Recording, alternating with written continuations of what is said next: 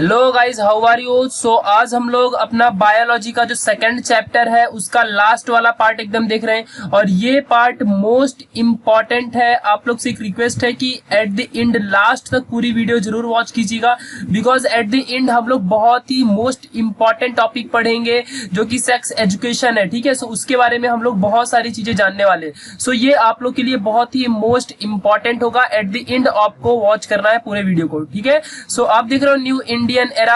अगर वीडियो पसंद आए तो जरूर थम्स अप कीजिएगा, लाइक कीजिएगा। ठीक है, कमेंट सेक्शन में जरूर बताइए आपके डाउट्स वगैरह, और आप लोग यहाँ पे कांटेक्ट करके अपने डाउट्स पूछ भी सकते हो और बहुत सारी चीजें जैसे कि नोट्स वगैरह आपको सब यहाँ से मिल जाएंगी। ओके, सो अभी हम लोग आगे बढ़ते हैं अपना आगे का टॉपिक। सो इसके पहले हम लोग ने बहुत सारी चीजें सीख ली थी ऑलरेडी। ओके, सो इसके पहले हमने ये सब इम्प्लांटेशन वगैरह सीखा था। ठीक है, जो कि ट्रोपोब्लास्ट लेयर तक, सिन साइटियो ट्रोपोब्लास्ट एंड साइटियो ट्रोपोब्लास्ट तक, यहाँ तक हमने देखा था कि जो अपना इम्ब्रायो था वो पूरा का पूरा यूटेरस में जाके फिक्स हो चुका है, यानी कि यूटेरस में जाके इम्प्लांट हो चुका है। अब इम्प्लांट होने के बाद क्या होगा इसका, ठीक है, सो इम्प्लांट होने के बाद गैस्ट्रोलेशन होगा, यानी कि gastrulation means process of formation of gastrula from the blastocyst. Blastocyst क्या होता है? जो ब्लास्टोसिस्ट है इसका नाम है इम्ब्रायो। ठीक है, इम्ब्रायो ही अपना क्या होता है? ब्लास्टोसिस्ट। ओके, और इससे क्या बनता है? गैस्ट्रुला बनता है, यानी कि गैस्ट्रुला मतलब कि गैस्ट्रुला एक ऐसी चीज है कि जो फोइटस होता है ना, फोइटस उसके जस्ट पहले वाली चीज, ठीक है, ये होती है गैस्ट्रुला। ओके, ये चीज याद रखना। यानी कि एक बार अगर अपना इम्ब्रायो यानी कि ब्लास्टोसिस्ट एक बार अगर यूटेरस पे इम्प्लांट हो गया, बरीड हो गया अच्छे से एकदम, मतलब उसका इम्प्लांटेशन हो चुका है, न्यूट्रिशन भी उसको यूटेरस की वॉल से मिलने लगता है। अच्छा गाइज, आप लोग कमेंट सेक्शन में मुझे एक क्वेश्चन का आंसर जरूर देना कि यूटेरस की ऐसी कौन सी वॉल है जिससे कि मतलब 3 वॉल होती है, देखो, इंडोमेट्रियम है, फिर वहां पे मायोमेट्रियम है, ऐसी और एक फंडस है। ठीक है, इनमें से कौन ऐसा है जो न्यूट्रिशन प्रोवाइड करता है इम्ब्रायो को? यूटेरस की ऐसी कौन सी वॉल है जिससे कि न्यूट्रिशन प्रोवाइड होता है? ठीक है, ये बातें आपको कमेंट सेक्शन में बतानी है। सो ब्लास्टोसिस्ट को अच्छा खासा न्यूट्रिशन मिलने लगता है। अब उसके बाद ब्लास्टोसिस्ट, देखो हुआ क्या था, अच्छे से फिर से बताता हूँ। फर्टिलाइजेशन हुआ, अपने को बना जायगोट। जायगोट से क्या बना, अच्छे से ध्यान देना। जायगोट आया, अच्छे से इसके अंदर डिवीजन हुआ। डिवीजन होने के बाद 7th day of after the fertilisation क्या हुआ? पूरा का पूरा अपना ब्लास्टोसिस्ट यानी कि इम्ब्रायो बन गया। ठीक है, ये इम्ब्रायो कहाँ इम्प्लांट हुआ? ये यूटेरस में इम्प्लांट हुआ।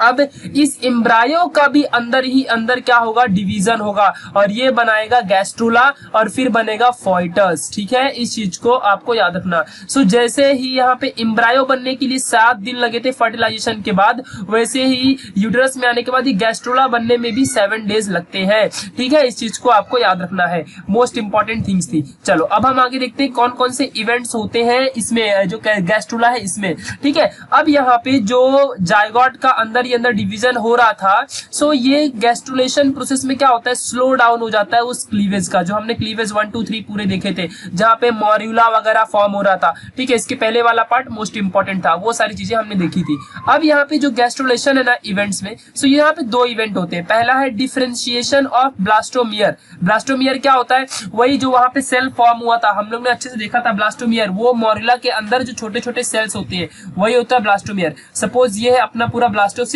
तो यहाँ इसके अंदर बहुत सारे स्मॉल स्मॉल सेल्स होंगे, इनको हम क्या बोलेंगे? ब्लास्टोमियर बोलेंगे। ठीक है, सपोज यहाँ पे अगर मैं अच्छे से आपको ब्लास्टोमियर दिखाऊं तो एक ये सेल और ये दूसरा सेल, ये दोनों के दोनों ब्लास्टोमियर है।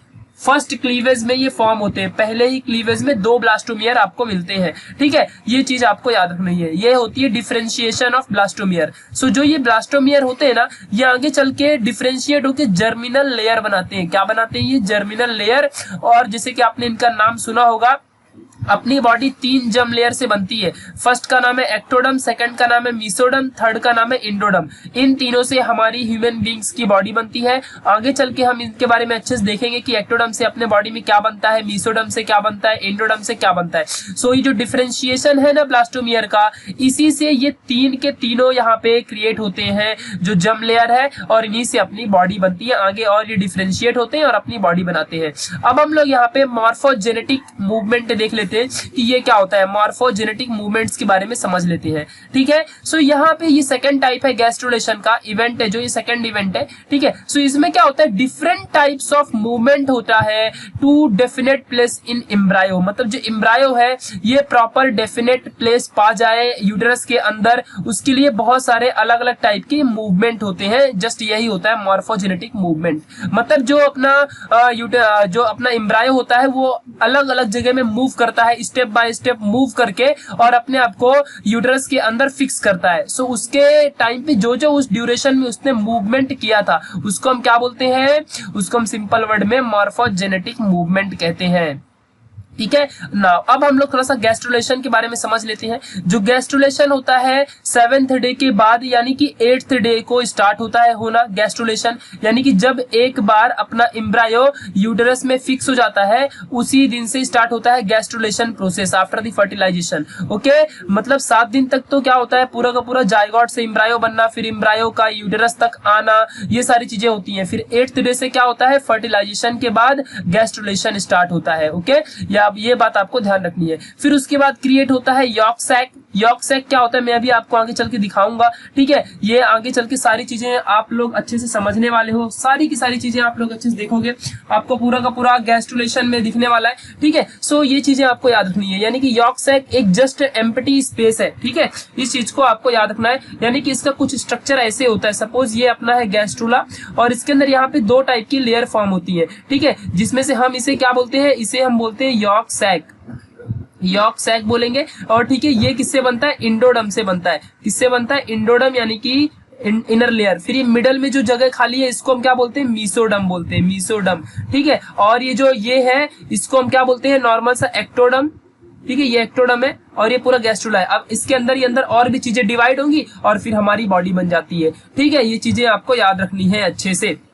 चलो अब यहाँ पे हम थोड़ा सा और अच्छे से समझते हैं कि जो इनर सेल था ना, इनर सेल मास था, आपको याद होगा इनर सेल मास, वो डिफरेंशिएट होता है 2 टाइप में, यानी कि इंडोडम और एक्टोडम में डिफरेंशिएट होता है। तभी तो यहाँ पे ये एक्टोडम और इंडोडम बन गया है। ठीक है, ये चीज याद रखनी है। और मिडल वाला नॉर्मल मीसोडम रहता है, जो कि यहाँ पे वो कोई डिफरेंशिएट होकर नहीं बनता है। इंडोडम नीचे होता है, इसीलिए हम लोग उसको हाइपोब्लास्ट बोलते हैं। डम मतलब और ब्लास्ट मतलब ना दोनों का मीनिंग क्या होता है, लेयर, और हाइपो मतलब और इंडो मतलब इनर, हाइपो मतलब नीचे। ठीक है, एक्टोडम यहाँ पे इसी को एपीब्लास्ट बोलते हैं, क्योंकि एक्टोडम बाहर के डायरेक्शन में, देखो ये बाहर है, ऊपर है। ठीक है, और एपीब्लास्ट, एपी मींस एबो, ब्लास्ट मींस लेयर, यानी कि ऊपर की लेयर। ठीक है, ये चीजें फॉर्म होती है इनर सेल मास से, जो हमने इसके पहले वाले वीडियो में देखा था। ठीक है, जस्ट पार्ट नंबर 5 में देखा था। ठीक है, जो ये टोटल गैस्ट्रुलेशन का टोटल ड्यूरेशन होता है ना, ये 15 दिन तक होता है, यानी कि फर्स्ट डे ऑफ फर्टिलाइजेशन से 7 दिन तक तो अपना एम्ब्रायो डेवलप हुआ था। ठीक है, उस 7 डे के बाद ना आगे के 7 दिन में क्या होगा, ये गैस्ट्रुला डेवलप होगा। तो टोटल ना ये मतलब क्या लेता है, 15th डे ऑफ फर्टिलाइजेशन तक ये गैस्ट्रुलेशन प्रोसेस चलता है। 15th डे ऑफ फर्टिलाइजेशन तक, यानी कि आगे के 7 से 8 दिन गैस्ट्रुलेशन चलता है। ठीक है, after the development of embryo. Okay, चलो अब यहाँ पे एक मोस्ट इंपॉर्टेंट थिंग हम लोग जान लेते हैं कि ठीक है, after the development of layer, यानी कि जो यहाँ पे बहुत सारी लेयर भी फॉर्म होती है जब गैस्ट्रुलेशन होता है, जैसे कि मेसोडम लेयर है, एक्टोडम लेयर है, फिर ये सारी इंडोडम लेयर है, सारी लेयर फॉर्म होती है। इनमें से कुछ लैमिनार लेयर फॉर्म होती है। लैमिनार मतलब क्या होता है, जस्ट एक प्लेन ऑफ पेपर टाइप की मतलब लेयर्स फॉर्म होती है। सो बाय लैमिनार मतलब 2 लैमिनार लेयर, फिर ये बाय लैमिनार लेयर कन्वर्ट होती है ट्राई लैमिनार लेयर में, फिर इसी से एक यहाँ पे कुछ स्पोर क्रिएट होता है जिसको हम ब्लास्टोस्पोर बोलते हैं, और ये बाद में आगे चल के एनस बन जाता है। ठीक है, सो ये चीजें आपको याद रखनी है, ये इसी टाइम पे फॉर्म हो जाती है जब गैस्ट्रुलेशन होता है। सो गैस्ट्रुलेशन के टाइम पे ही ब्लास्टोस्पोर मतलब होता है एनस, और बायलैमिनार लेयर, ट्राइलैमिनार लेयर ये बन जाती है। ट्राइलैमिनार, बायलैमिनार ये इंटरनली होती है, दिखती नहीं है हमको बाहर से। ठीक है, और उसके बाद मेन इंपॉर्टेंट प्रोसेस स्टार्ट होता है 15 दिन के बाद after the fertilisation, organogenesis. Genesis का मतलब होता है फॉर्मेशन और ऑर्गेनो मतलब होता है ऑर्गन्स का फॉर्मेशन। सो ऑर्गेनोजेनेसिस स्टार्ट होता है 15th डे ऑफ फर्टिलाइजेशन के बाद, जब गैस्ट्रुला प्रॉपरली अंदर ही अंदर मीसोडम, इंडोडम और एक्टोडम को डेवलप कर देता है, यॉर्क सैक बन जाता है, तभी जाके क्रिएट होता है अपना ऑर्गेनोजेनेसिस। ठीक है, यानी कि ऑर्गन्स का फॉर्मेशन स्टार्ट होता है।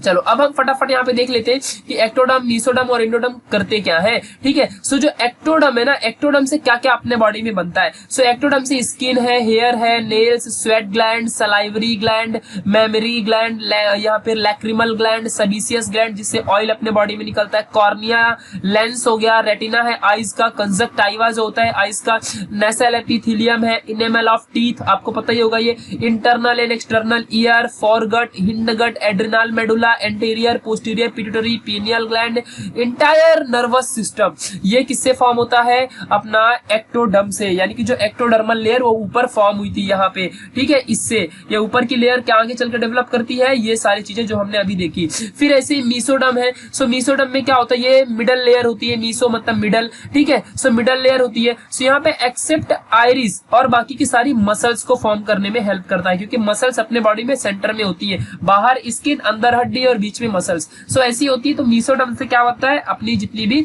मसल्स होती हैं वो सारी लाइक कनेक्टिव टिश्यू है, डर्मिस ऑफ स्किन है, adrenal cortex, heart, blood vessel, lymphatic vessel, middle ear, dentine teeth, urinary reproductive duct, gonads, kidney, sclera, choroids of eye, ये सारी चीजें फॉर्म होती है। फिर एंडोडर्म से क्या फॉर्म होता है, एंडोडर्म से मोस्टली यहाँ पे बहुत ही इंपॉर्टेंट चीजें फॉर्म होती है, जैसे कि epithelium of midgut, glands of stomach, यानी कि जो स्टोमक में ग्लैंड्स होती है, इंटेस्टाइन होती है, मोस्ट इंपॉर्टेंट थिंग, एंडोडर्म से इंटेस्टाइन बनती है।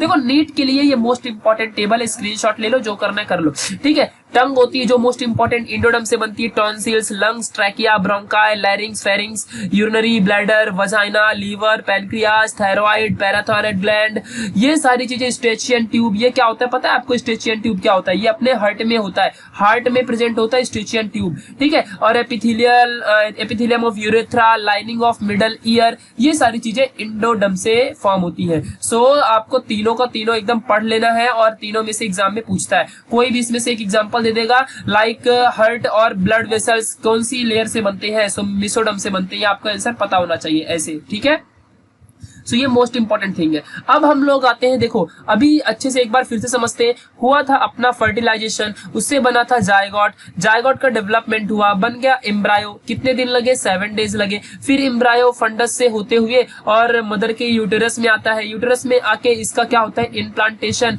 इनप्लांटेशन होके ये क्या बनाता है, मतलब ब्लास्टोमियर, मोरिला वगैरह अंदर ही अंदर क्लीवेज होते हैं, डिवीजन होते हैं जायगोट के अंदर। ठीक है, जब जायगोट का डिवीजन होता है उस टाइम पे आपको याद रखना है कि उसका कोई भी बाहर से साइज बढ़ता नहीं, क्योंकि अंदर ही अंदर वो डिवाइड हो रहा होता है। ठीक है, फिर इम्प्लांटेशन होने के बाद जो एम्ब्रायो था वो अंदर ही अंदर फिर से अपने को डिफरेंशिएट करता है और गैस्ट्रुलेशन प्रोसेस करता है। कौन सा प्रोसेस, गैस्ट्रुलेशन।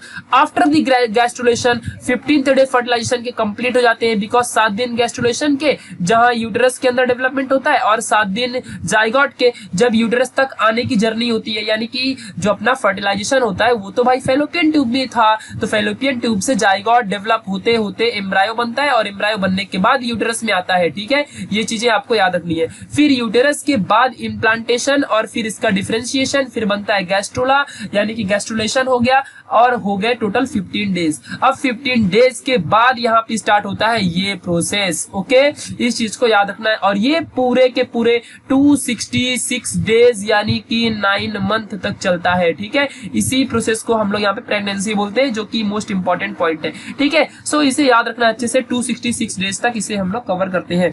ओके, चलो अभी हम लोग आगे ना बहुत सारी इंपॉर्टेंट चीजें सीखेंगे। यहाँ पे पहले इसकी थोड़ी सी डेफिनेशन सीख लेते हैं। कंडीशन ऑफ कैरिंग 1 और more embryos in uterus is nothing but, यहाँ पे जो भी है। ठीक है, नेक्स्ट आगे हम लोग अभी देखेंगे इसका जो, इसी चीज को हम जेस्टेशन भी बोलते हैं। ओके, जो जेस्टेशन होता है ना, यही चीज होती है, ये जो यहाँ पे वर्ड लिखा है उसी को हम क्या बोलते हैं, जेस्टेशन बोलते हैं। ओके, आपको ये थोड़ा समझ के रखना है, मैं बोल नहीं रहा हूँ इन वर्ड्स को। ओके, सो नाउ यहाँ पे जेस्टेशन है जो कि मोस्ट इंपॉर्टेंट है, इसी को हम दूसरा नाम बोलते हैं। ठीक है, जो पीरियड होता है ना इस चीज का, तो ये कहां से कहां तक हम काउंट करते हैं। सो आफ्टर द फर्टिलाइजेशन, जिस दिन फर्टिलाइजेशन होता है उस दिन से लेके पार्चुरेशन तक। पार्चुरेशन मींस क्या होता है, बर्थ ऑफ द बेबी। क्या होती है ये, बर्थ ऑफ बेबी, यही होता है पार्चुरेशन। ओके, इस चीज को याद रखना है। सो पार्चुरेशन तक और फर्टिलाइजेशन से लेके जो भी डेज होते हैं उन डेज को हम क्या बोलते हैं, यहाँ पे गेस्टेशन या जेस्टेशन, जो भी आपको प्रोनाउंशिएट करना है वो हम उन डेज को कवर करते हैं। और इतने में टोटल कितने डेज, 266 डेज लगते हैं। कोई कोई इन्हें 280 डेज भी रेफर करता है, बिकॉज जिस दिन भी फर्टिलाइजेशन हो जाता है उस दिन से आगे के 14 डेज तक कोई मेंस्ट्रुअल साइकिल नहीं होता है। ठीक है, तो हम लोग उसे भी कवर मतलब इंक्लूड करते हैं कि मेंस्ट्रुअल साइकिल भाई एक भी नहीं हुआ है। सो वो मेंस्ट्रुअल साइकिल के डेज भी, बिकॉज इस पूरे 266 डेज तक कोई भी मेंस्ट्रुएशन 28 डेज में नहीं होने वाला है, मतलब ये स्टॉप हो जाता है। और मुझे कमेंट सेक्शन में आंसर चाहिए कि कौन से हार्मोन्स की इन्फ्लुएंस की वजह से मेंस्ट्रुअल साइकिल स्टॉप हो जाता है ड्यूरिंग प्रेगनेंसी और गेस्टेशन। ठीक है, इस चीज को आपको कमेंट सेक्शन में बताना है, मैंने बहुत ही अच्छे से इस चीज आपको पढ़ाई थी। ठीक है, सो 266 डेज तो नॉर्मल हो गए और 14 डेज मेंस्ट्रुएशन के, सो टोटल 280 डेज लगते हैं आपको इस जेस्टेशन में। तो किसी ने आंसर पूछा तो 280 डेज आपको बताने हैं। ठीक है, और हम लोग इसे इंक्लूड करते हैं last LMC means last menstruation phase, उस चीज का हम लोग 14 डेज एक्स्ट्रा इंक्लूड करते हैं 266 डेज में। वैसे 266 डेज में प्रॉपर बेबी अंदर डेवलपमेंट हो जाती है। अब ये डेवलपमेंट का सीरीज चलता है अंदर। ठीक है, सो इसको ना हम लोग ना ट्राइमेस्टर में क्या करते हैं, डिवाइड करते हैं। मेस्टर मींस होता है मंथ, ट्राई मींस 3, यानी 3 मंथ में हम लोग ने इसे डिवाइड किया है। डॉक्टर्स प्रेफरेबली डिवाइड करते हैं कि भाई पहले ट्राइमेस्टर, फिर सेकंड ट्राइमेस्टर, फिर उसका थर्ड ट्राइमेस्टर, इनमें कैसे कैसे जो चाइल्ड होता है उसका डेवलपमेंट होता है, ये हमने 3 ट्राइमेस्टर में क्या किया, डिवाइड किया है। ठीक है, अब आपको सारी चीजें समझ में आ रही होंगी क्योंकि अब बहुत ही आसान बन गया है। यानी कि जैसे ही इनप्लांटेशन हुआ, इनप्लांटेशन होने के बाद 15th डे फर्टिलाइजेशन के कंप्लीट 15 दिन के बाद जस्ट स्टार्ट हो जाता है, जस्ट स्टार्ट हो जाता है अपना प्रेगनेंसी यानी कि जेस्टेशन वाला पीरियड, और उस टाइम पे प्रॉपर जो चाइल्ड है उसका डेवलपमेंट स्टार्ट होता है। सो अभी हम लोग यहाँ पे अच्छे से पढ़ते हैं। ठीक है, सो जो फर्स्ट ट्राइमेस्टर यानी कि फर्स्ट स्टार्टिंग के 3 मंथ, ओके, सो इनमें हमें अच्छे से समझना है। फर्टिलाइजेशन टू 12th वीक, यानी कि फर्टिलाइजेशन से लेकर के और 12th वीक तक प्रॉपर डेवलपमेंट चलता है। ओके, इस चीज को आपको समझ के रखना है। ठीक है, सो फर्टिलाइजेशन के 12th वीक तक ये फर्स्ट वाला ट्राइमेस्टर चलता है, और 12 वीक यानी 1 वीक में कितने, 7 डेज, सो 12 वीक में कितने हो गए, 3 मंथ। ठीक है, इस चीज को आपको अच्छे से याद रखना है। ठीक है, यानी 90 डेज हो गए, तो 90 डेज में हमने डिवाइड किया है सारे ट्राइमेस्टर को। ठीक है, सो फर्स्ट ट्राइमेस्टर यहाँ पे कंप्लीटेड हुआ। नेक्स्ट, अभी यहाँ पे फर्स्ट ट्राइमेस्टर में होता क्या क्या है। सो फर्स्ट ट्राइमेस्टर में मदर एंड एम्ब्रायो के अंदर मोस्ट इंपॉर्टेंट रेडिकल चेंज आते हैं। रेडिकल चेंज मींस बॉडी के अंदर इंटरनली चेंजेस आते हैं। ठीक है, और ये नॉर्मली टिल 2 से 4 वीक्स तक एम्ब्रायो जो होता है ना, ये न्यूट्रिशन लेता है डायरेक्टली फ्रॉम एंडोमेट्रियम। ये क्वेश्चन का आंसर मुझे कमेंट में चाहिए था, आपको यहीं पे मिल गया। ठीक है, तो एंडोमेट्रियम जो वॉल होती है यूटेरस की, फिलहाल वही क्या करती है, न्यूट्रिशन प्रोवाइड करती है एम्ब्रायो को टिल 2 to 4 वीक्स तक। ओके, ये एमसीक्यू पॉइंट नीट के लिए याद रखना है आपको। ठीक है, या फिर कोई भी बोर्ड एग्जाम के लिए। सो 2 से 4 वीक तक एम्ब्रायो को डेवलपमेंट करने के लिए न्यूट्रिशन कौन प्रोवाइड करता है, सो न्यूट्रिशन प्रोवाइड करता है एंडोमेट्रियम ऑफ यूटेरस, और बाद में तो ये खुद का प्लेसेंटा डेवलप कर लेता है अम्बिलिकल कॉर्ड, और वहां से फिर इसको न्यूट्रिशन मिलता है। बट पहले की 2 से 4 वीक में कौन देता है, एंडोमेट्रियम देता है, ये आपको याद रखना है।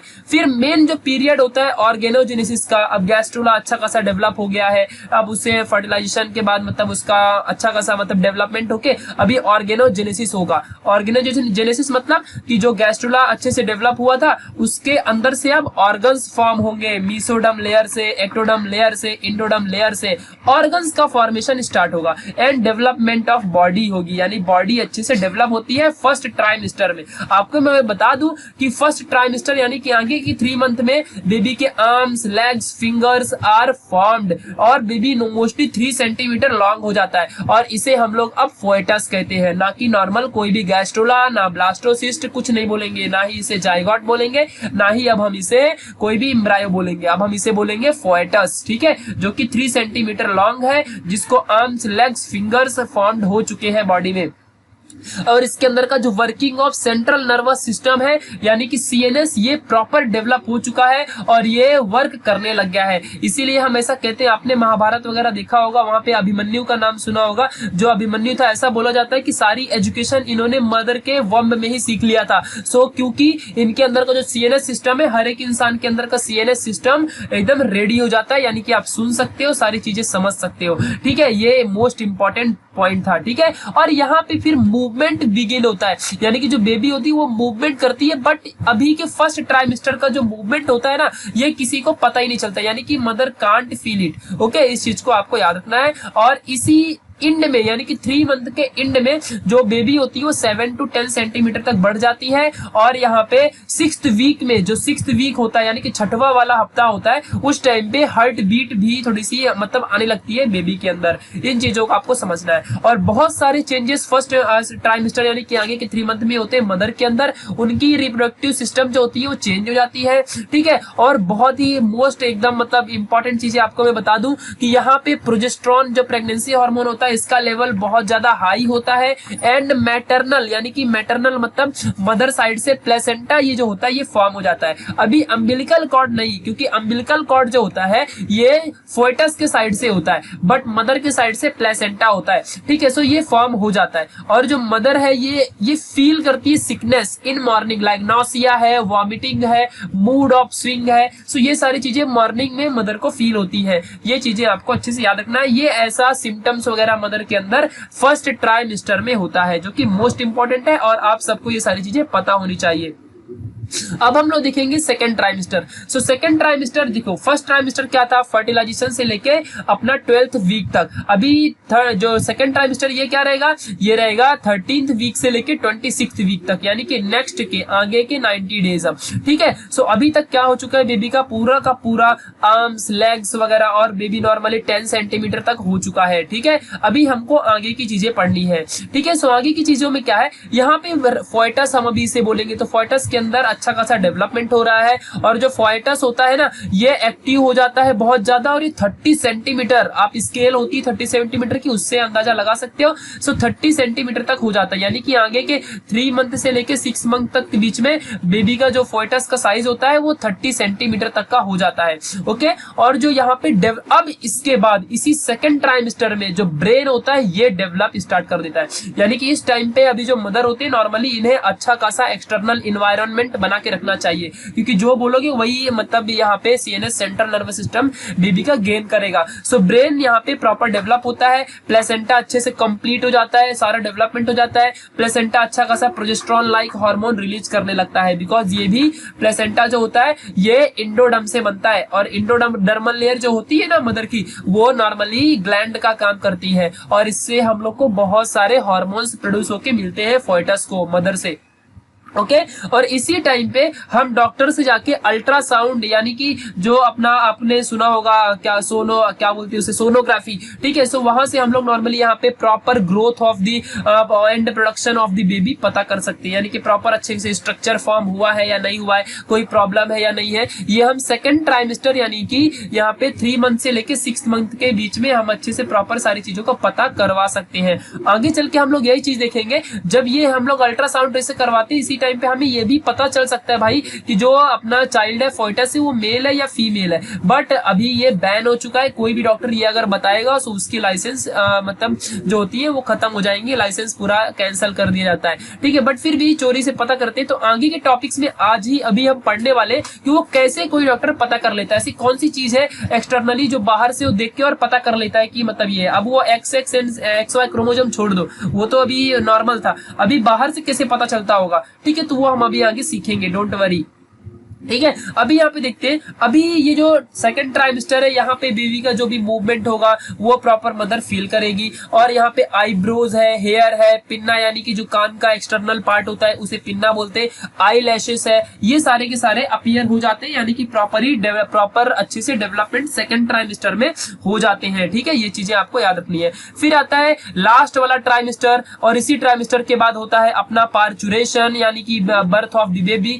इसी के बाद होता है। सो अभी हम पढ़ते हैं। सो जो 27th जो वीक होता है वहां से लेके पार्चुरेशन तक का जो भी टाइम है उसे हम थर्ड ट्राइमेस्टर बोलते हैं। और इस टाइम पे जो फोएटस का वेट होता है वो नॉर्मली 3 से 4 kg का हो जाता है, और baby is about 50 centimetre, now you can understand, okay. और जो आईज होती है ये ओपन होने लगती है, gain in body weight continuously चलते रहता है। और मदर अब यहाँ पे थोड़ा सा पेन का सिस्टम स्टार्ट होता है, क्योंकि अभी जो यूटेरस का साइड होता है अब यहाँ से मोस्ट इंपॉर्टेंट इंपॉर्टेंट थिंग आपको समझना चाहिए, वो चीजों को आपको फील करना चाहिए कि क्या कंडीशंस होती है, ठीक है, ये चीजों को आपको समझना है। सो यहाँ पे अभी हम लोग देखते हैं कि जैसे जैसे यूटेरस का साइज इंक्रीज हो रहा है, सो अभी एब्डोमेन का साइज भी इंक्रीज होगा। सो जो एब्डोमेन के अनदर जो चीजें होती है ऑर्गन्स, वो क्या होते हैं, यहां से ध्यान से सुनिएगा, कंप्रेस होते हैं और जो जगह में रहते हैं वहां से डिस्प्लेस हो जाते हैं, और because of size of uterus is expand. जब यूटेरस की साइज एक्सपांड होती है तो जो ऑर्गन्स होते हैं वो क्या होते हैं, कंप्रेस होने लगते हैं, और इस टाइम पे बहुत ही मतलब सीवियर पेन होता है, ठीक है, क्योंकि बिकॉज अगर सपोज लो आपके इंटेस्टाइन को कोई प्रेस करे तो आपको कैसे फील होगा। सो वैसे ही कुछ जो ऑर्गन्स होते हैं वो सारे के सारे कंप्रेस होते हैं, अपनी एक जगह से दूसरी जगह में डिस्प्लेस होते हैं because of expanding of uterus, ठीक है, ये चीजें आपको याद रखनी है। और इसी टाइम पे फ्रीक्वेंट यूरिनेशन होता है, अब आप समझ सकते हो, एंड डाइजेस्टिव ब्लॉकेज, यानी खाना बराबर प्रॉपर पचता नहीं है मदर को, ओके, और बैक साइड में मसल्स में जो होती है पेन होती है। सो ये सारी चीजें आपको तो पता होना चाहिए, ठीक है। नेक्स्ट है, अभी हम लोग आगे और भी बहुत सारी चीजें देखते हैं कि इसी टाइम पे जब फोएटस प्रॉपर अच्छे से डेवलप हो जाता है, सो ये रेडी हो जाता है पार्चुरेशन के लिए। अब जब प्रॉपर बेबी रेडी हो चुका है पार्चुरेशन के लिए, सो यानी कि बर्थ के लिए, सो बेबी क्या करता है, ये बेबी जो होता है, ये जो चाइल्ड होगा फोएटस, ये अपने एड्रिनल ग्लैंड कहाँ होता है, ये होता है किडनी में। ये एड्रिनल ग्लैंड क्या करता है, रिलीज करता है AHC नाम के हार्मोन को, एड्रिनोकॉर्टिकोट्रोपिक, ACHB जिसे बोलते हैं, एड्रिनोकॉर्टिकोट्रोपिक हार्मोन। आगे इसके बारे में अभी हम पढ़ेंगे। और जैसे ही ये हार्मोन रिलीज होता है, मदर का पिट्यूटरी ग्लैंड फटक से एक्शन करता है और वो ऐसे ऐसे हार्मोन्स रिलीज करना स्टार्ट करता है कि जो बेबी है उसका बर्थ होना स्टार्ट हो जाए, ठीक है। सो अब हमें वही चीज देखनी है, पार्चुरेशन, ओके। तो चलिए स्टार्ट करते हैं पार्चुरेशन को पढ़ना। सो उससे पहले हम लोग थोड़ा सा प्लेसेंटा के बारे में जान लेते हैं कि भाई ये प्लेसेंटा क्या होता है, जो कि मदर एंड बेबी को कनेक्ट करता है, ठीक है। सो इट इज टेम्पररी मतलब ज्यादा दिन के लिए ही है, ठीक है। सो टेम्पररी स्ट्रक्चर, जो स्ट्रक्चरल होता है of foetus and maternal connection between foetal and maternal circulation, ठीक है। यानी कि जो बेबी है यानी कि फोएटस एंड मदर के बीच में जो भी कनेक्शन है और ये टेम्पररी स्ट्रक्चर होता है, उसे हम प्लेसेंटा बोलते हैं, ठीक है। ये करता क्या है, तो ये सप्लाई करता है oxygen to the foetus and nutrients बहुत सारे, और कार्बन डाइऑक्साइड को बेबी से रिमूव करने के लिए और एक्सक्रीटरी वेस्ट मटेरियल को बाहर निकालने के लिए हेल्प करता है, ओके। और यहाँ पे जो प्लेसेंटा होता है ये अटैच होता है टू दी यूटेरस यानी कि मदर साइड में, और बेबी की साइड में अम्बिलिकल कॉर्ड, इन दोनों से कनेक्टेड होता है। अम्बिलिकल कॉर्ड कहाँ होता है, सो ये फोएटस के नोवेल में, आपने देखा होगा after the birth black colour की कोई एक थोड़ी सी चीज जो कि नोवेल में होती है, उसे अम्बिलिकल कॉर्ड बोलते हैं, वो अम्बिलिकल कॉर्ड है। और यूटेरस से प्लेसेंटा होता है, और बीच की कनेक्टिविटी जो होती है उसे हम क्या बोलते हैं, यहाँ पे प्लेसेंटा टोटली पूरा का पूरा, ठीक है। ये बात ध्यान रखना अच्छे से, यानी कि प्लेसेंटा एक ऐसी चीज है जो कनेक्ट करवाती है अपने अम्बिलिकल कॉर्ड को किसी भी फोएटस के और मदर के यूटेरस को, ओके। नाउ अभी यहाँ पे जो प्लेसेंटा होता है ना, ये बहुत सारे ऑर्गन्स को फॉर्म करने में हेल्प करता है, बिकॉज ये जो ऐसे इसके टिश्यूज है जो कि मतलब ग्लैंड्स का काम करते हैं, ये इंडोक्राइन ग्लैंड का काम करता है, और बहुत सारे hormones like progesterone, estrogen, HCG, ये सारे हार्मोन्स को रिलीज करने में हेल्प करता है, ठीक है। इन्हें आपको याद रखना है। जो प्लेसेंटा होता है ये 3 ब्लड वेसल से बनता है, 3 टाइप्स के ब्लड वेसल से फॉर्म होता है, जिनमें से जो 2 होते हैं वो तो आर्टरीज होते हैं जो कि नॉर्मली ब्लड्स को कैरी करते हैं टुवर्ड्स प्लेसेंटा, एंड 1 जो होता है उसमें से वो सबसे लार्जर होता है और वो ब्लड टू दी फोएटस यानी फोएटस के लिए ब्लड कैरी करता है, मेन वाला, जिससे कि बेबी को प्रॉपर ब्लड मिलती रहे। ये है प्लेसेंटा का अच्छा खासा जो अपना डायग्राम, यहाँ पे आप देख सकते हो प्रॉपर तरीके से। ये पूरा का पूरा यहाँ पे एरिया है जहाँ पे पूरा प्रॉपर बेबी है, और इसके नोवेल से देखो यहाँ पे कनेक्टेड है, जिसे बेबी की नोवेल को हम क्या बोलते हैं, अम्बिलिकल कॉर्ड, और फिर उससे कनेक्टेड है प्लेसेंटा। प्लेसेंटा का डायमीटर बहुत ही ज्यादा बड़ा होता है, आप देख सकते हो।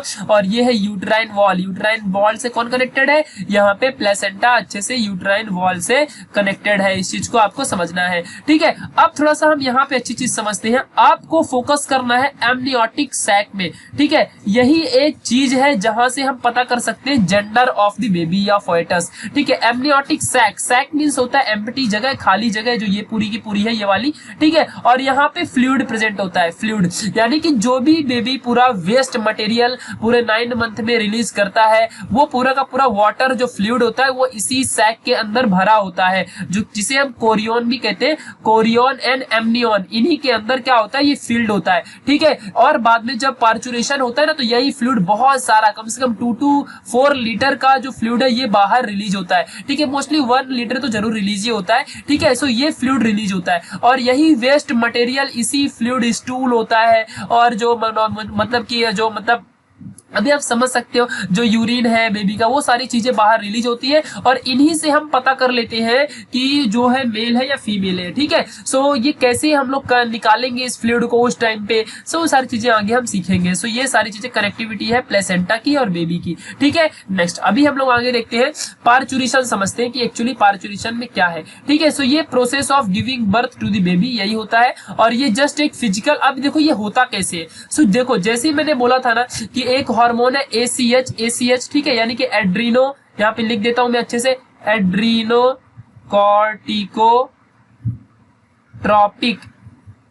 कॉर्टिकोट्रॉपिक हार्मोन, ACH, इसे ऐसा बोलते हैं। और जैसे ही प्रॉपर बेबी डेवलप हो जाता है तो वो क्या करता है, उसके एड्रिनल ग्लैंड से क्या होता है, रिलीज होता है एड्रिनो कॉर्टिकोट्रॉपिक हार्मोन। और जैसे ये रिलीज होता है ना, सो बेबी जो मदर होता है उसके पूरे पिट्यूटरी ग्लैंड से, जो कि अपना हेड में होता है पिट्यूटरी ग्लैंड ब्रेन के पास, वहां से तुरंत एक सिग्नल क्रिएट होता है और सिग्नल क्रिएट होने के बाद फटाफट प्रेगनेंसी हार्मोन रिलीज होता है। और वो हार्मोन करता क्या है, अब आपको यहाँ पे ध्यान देना है।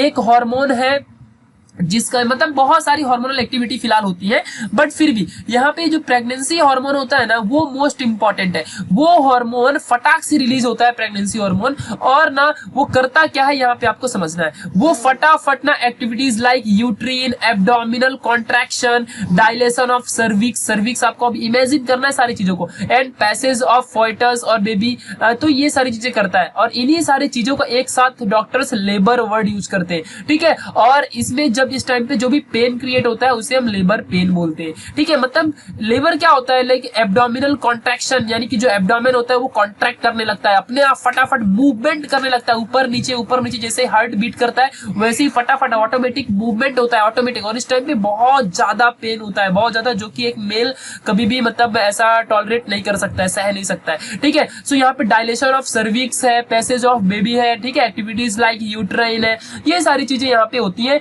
और इस टाइम पे जो लेबर मतलब होता है, इसी सारी चीज को लेबर बोलते हैं, और इसमें जो पेन होता है उसे लेबर पेन कहते हैं। ठीक है, और इस टाइम पे जैसे ही ACH रिलीज हुआ था वैसे ही मदर की सारी बॉडी के ऑर्गन्स क्या होते हैं, क्योंकि अभी बेबी को बाहर निकलना है, वो बोलता है कि मुझे बाहर जाना है, सो वो ACH हार्मोन को फटाक से रिलीज करता है। वैसे ही ACH जैसे रिलीज होता है, सो ब्रेन होता है जो मदर का, फटाफट न्यूरो इंडोक्राइन मैकेनिज्म स्टार्ट कर देता है।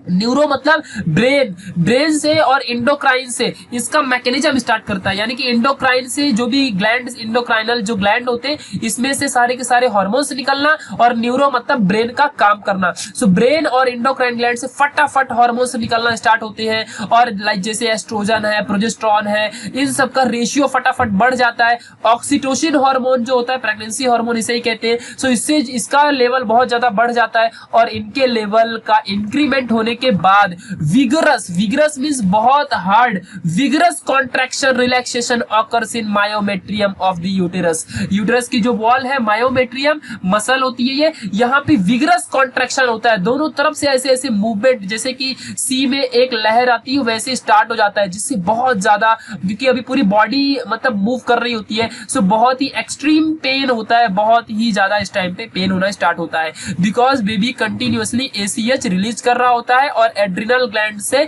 जो हार्मोन निकलता है जिसका नाम है एड्रीनालिन हार्मोन है, तो ये जो निकलता है, सो इसको ये सारी रिलीज की वजह से सिग्नल मिल जाता है मदर के पूरे ब्रेन को, और यहाँ से कॉन्ट्रैक्शन ऑफ यूटेरस स्टार्ट होता है। ठीक है, और इसी के बाद एक्सपल्सन यानी कि बाहर निकलना, expulsion of baby from uterus is completed. Okay but इसके लिए 3 स्टेजेस है जिसको डॉक्टर प्रीफर करते हैं, ठीक है। सो जो 3 स्टेजेस है, first stage is dilation of stage, dilation stage. Dilation में क्या होता है, जो भी चीजें मतलब रफ होती है, रफ उनको एकदम स्मूथ कर देना, जिससे कि ज्यादा जो स्किन होती है वो ज्यादा से ज्यादा स्प्रेड हो सके, मतलब ब्रॉडर हो सके, जिससे कि प्रॉपर अच्छे से जेस्टेशन हो सके, ठीक है। सो यहाँ पे अभी हम लोग समझेंगे प्रॉपर तरीके से कि यूट्राइन जो कॉन्ट्रैक्शन है, यूटेराइन जो कॉन्ट्रैक्शन है, ये begins from top and expel baby towards cervix. Cervix आपको पता ही है, उस तरफ बेबी को जो फोइटस होता है उसे क्या करते हैं हम लोग, मतलब जो कॉन्ट्रैक्शन होता है यूट्रस का, वो प्रॉपर तरीके से क्या करता है, एक्सपेल करने लगता है। एक्सपेल करना मतलब थ्रो करने लगता है डायलेशन स्टेज में, मतलब ऊपर से टॉप से बॉटम के टुवर्ड्स पेन होता है, ठीक है। ये चीजें आपको समझनी है। फिर जो फोइटस होता है उसका हेड जो होता है वो टुवर्ड्स सर्विक्स होता है, क्योंकि जो सर्विक्स होती है उसके टुवर्ड्स हेड प्रॉपरली रहता है, मतलब जो भी चीजें आगे हम डायग्राम में देखेंगे, ठीक है। और यहाँ पे सर्विक्स जो होता है वो डायलेट हो जाता है नॉर्मल स्मूथ, और यहाँ से एमनियोटिक जो फोइटस था वहां पे वो सारा रप्चर होता है, जो बाहर का एमनियन था, ठीक है। यहाँ पे आप देख सकते हो जो एमनियन है ये बाहर से पूरा ब्लास्ट हो जाता है और फटाक से बेबी बाहर आने के लिए रेडी हो जाता है, ठीक है। फिर एक्सपल्सन स्टेज में क्या होता है, एक्सपल्सन स्टेज में अभी तो सिर्फ जो फोइटस है उसका हेड सर्विक्स तक आया है, ठीक है। अभी आगे क्या होता है कि यहाँ पे यूट्राइन एंड एब्डोमिनल कॉन्ट्रैक्शन होता है, यूटेरस और एब्डोमिनल कॉन्ट्रैक्शन कंटिन्यूअस होते रहता है, टोटल कम से कम 1 आवर से 2 आवर होता है। और ऐसा बोला जाता है कि अगर 3 आवर तक या 4 आवर तक ऐसा पेन चलता रहे so death of mother fix है, ठीक है। फिर उस टाइम पे ऑपरेशन करना पड़ता है, ठीक है। सो ये सारी चीजें मोस्टली सो जो हेड ऑफ बेबी है comes out from cervix and vagina in 20 to 60 minute in normal जो भी मतलब चीजें, नॉर्मल चीजें, ठीक है, वो चीजें आपको समझनी है। और नेक्स्ट है इस टाइम पे अम्बिलिकल कॉर्ड हम कट ऑफ कर देते हैं और फिर हम समझते हैं कि टोटल एंड फिक्स जो पार्चुरेशन है कंप्लीट हुआ। सो कंप्लीट पार्चुरेशन हम कब समझते हैं, वो मोस्ट इंपॉर्टेंट है। सो जैसे ही हम लोग अम्बिलिकल कॉर्ड को कट करते हैं उसी टाइम पे हम, क्योंकि मदर एंड जो फोइटस होता है वहां पे जो कनेक्शन होता है वो क्या होता है, ड्रॉप हो जाता है, और वहीं से हम बोलते हैं कि यहाँ पे चलो अभी कंप्लीट जेस्टेशन यानी कंप्लीट पार्चुरेशन हो चुका है, ठीक है। Complete parturition is done because अब कोई भी कनेक्शन नहीं है between mother and foetus, okay. So ये चीजें आपको समझनी है और इसे हम बोलते हैं after birth. After birth means वही जो अम्बिलिकल कॉर्ड है और भी बहुत सारे फ्लूइड है, इन सारे वेस्ट मटेरियल को हम बाहर क्या करते हैं, रिलीज करते हैं, और उन सारे वेस्ट मटेरियल को हम क्या बोलते हैं, आफ्टर बर्थ बोलते हैं। Doctors normally after birth word use करते हैं, ठीक है। सो ये था प्रॉपर एकदम पार्चुरेशन का स्टेज। यहाँ पे हम थोड़ी सी डायग्राम देख लेते हैं जो कि मोस्ट इंपॉर्टेंट है। सो इनिशियल फेज में क्या होता है, देखो फोइटस है, यहाँ पे अम्बिलिकल कॉर्ड देखो डेवलप हो रहा है, ये यूटेरस है बाहर का, और ये सर्विक्स है, और ये यहाँ पे वजाइना है, ठीक है। सो यहाँ से इस तरह हेड होता है, जिसे मतलब कभी कभी देखो जो इन्वर्टेड बेबी होती है, यानी कि जो हेड है बैक साइड में एंड लेग्स पहले होते हैं, सो इस टाइम पे भी बहुत ज्यादा सीवियर मतलब प्रेगनेंसी होती है। सो ये मोस्ट इंपॉर्टेंट है। तो यहाँ पे हेड अभी टुवर्ड्स सर्विक्स है। जैसे ही बेबी का डेवलपमेंट हो गया और इसने HCG हार्मोन और ACH इन हार्मोन को रिलीज कर दिया, सो वैसे ही फटाफट कॉन्ट्रैक्शन, यहाँ पे कॉन्ट्रैक्शन ऐसे ऐसे यहाँ से फोर्स लगना स्टार्ट होता है, कॉन्ट्रैक्शन यहाँ से पुल होना बेबी स्टार्ट होती है, और आगे की तरफ बेबी क्या करती है, मूव करने लगती है। फिर उसके बाद देखो यहाँ पे इस तरह डायलेशन हो गया और बेबी यहाँ से फट से जो ये बाहर की लेयर ये ब्लास्ट होती है, फूटती है, और यहाँ से तुरंत फटाक से बाहर बेबी एक्सपेल होती है, ठीक है। और ये नॉर्मली 60 मिनट में डन हो जाता है, ठीक है। फिर स्टेज आगे भी देख लेते हैं हम लोग। यहाँ पे देखो इस तरह प्रॉपरली तरीके से यूटेरस से पूरा कंटिन्यूअस कॉन्ट्रैक्शन चलते रहता है, डॉक्टर्स भी इसमें हेल्प करते हैं, और इस टाइम पे प्रॉपर बेबी का मूवमेंट हो जाता है। एंड ये बाद में जो अम्बिलिकल कॉर्ड है इसे हम लोग यहाँ से कट कर देते हैं, और ये सर्विक्स वापस से नॉर्मल कंडीशन पे आ जाती है। हल्का सा जो वजाइना है ये भी नॉर्मल कंडीशन में आ जाता है। मोस्टली थोड़ी बहुत कंडीशन चेंज होती है बट नॉर्मल कंडीशन में हो जाता है, ठीक है। और अम्बिलिकल क्लैंप यहाँ पे जो होता है, यहाँ पे हम लोग उसकी कटिंग करते हैं, और ये प्लेसेंटा है इसे भी हम बाहर निकाल लेते हैं नॉर्मली, ठीक है। बट प्लेसेंटा वापस से यूटेरिन वॉल में क्या हो जाता है, डीजेनरेट हो जाता है, बिकॉज नेक्स्ट जो पार्चुरेशन होगा, नेक्स्ट जो फोइटस अगर आया मे बी अगर सेकंड बेबी, सो उसके लिए यहाँ पे अम्बिलिकल कॉर्ड का होना वापस से इंपॉर्टेंट है, ठीक है। तो जो चीजें अंदर है वो अंदर ही रहती है, बाकी चीजें बाहर वापस से रिलीज हो जाती है, और उन्हें हम आफ्टर बर्थ कहते हैं, यानी कि वेस्ट मटेरियल का ही नाम है आफ्टर बर्थ, ठीक है। सो ये चीजें आपको समझनी है, कुछ ऐसे सारी की सारी चीजें होती हैं, ठीक है। 1 से 2 बार वीडियो रिवाइज करके आप देखोगे जरूर आपको सब समझेगा। अभी हम यहाँ पे लैक्टेशन देखते हैं। अब हो चुका है मतलब बर्थ ऑफ फोइटस, यानी कि जो चिल्ड्रन है, चाइल्ड का टोटल बर्थ हो चुका है। और इस टाइम पे जो बर्थ होता है, सो बेबी का बर्थ होने के बाद उसका कलर ब्लूइश होता है, ब्लूइश एकदम टोटली ब्लू होता है, बिकॉज क्योंकि अभी वो सनलाइट में आया नहीं है। सन की लाइट में जैसे ही आएगा, सो अभी उसके स्किन का कलर कोई भी नहीं होता है, ठीक है, ना ब्लैक ना ब्लू ना एकदम कैसा भी, मतलब स्किन का कलर बिल्कुल भी कुछ नहीं होता है, सो ब्लूइश कलर का होता है। सो उसके जस्ट 1 से 2 डेज के बाद क्या होता है, उसका हल्का सा कलर जैसा भी स्किन में कलर होना स्टार्ट होता है, ठीक है, बिकॉज मदर के मिल्क के अंदर जो प्रोटीन होता है उसका नाम है मेलानिन, और उसके अकॉर्डिंग उसका कलर होना स्टार्ट हो जाता है, ठीक है। तो मेलानिन हार्मोन यानी कि जो यहाँ पे प्रोटीन है, ये मेलानिन प्रोटीन बहुत सारी हार्मोनल एक्टिविटी की वजह से जो बेबी का कलर है वो यहाँ पे डिफाइन हो जाता है, ठीक है।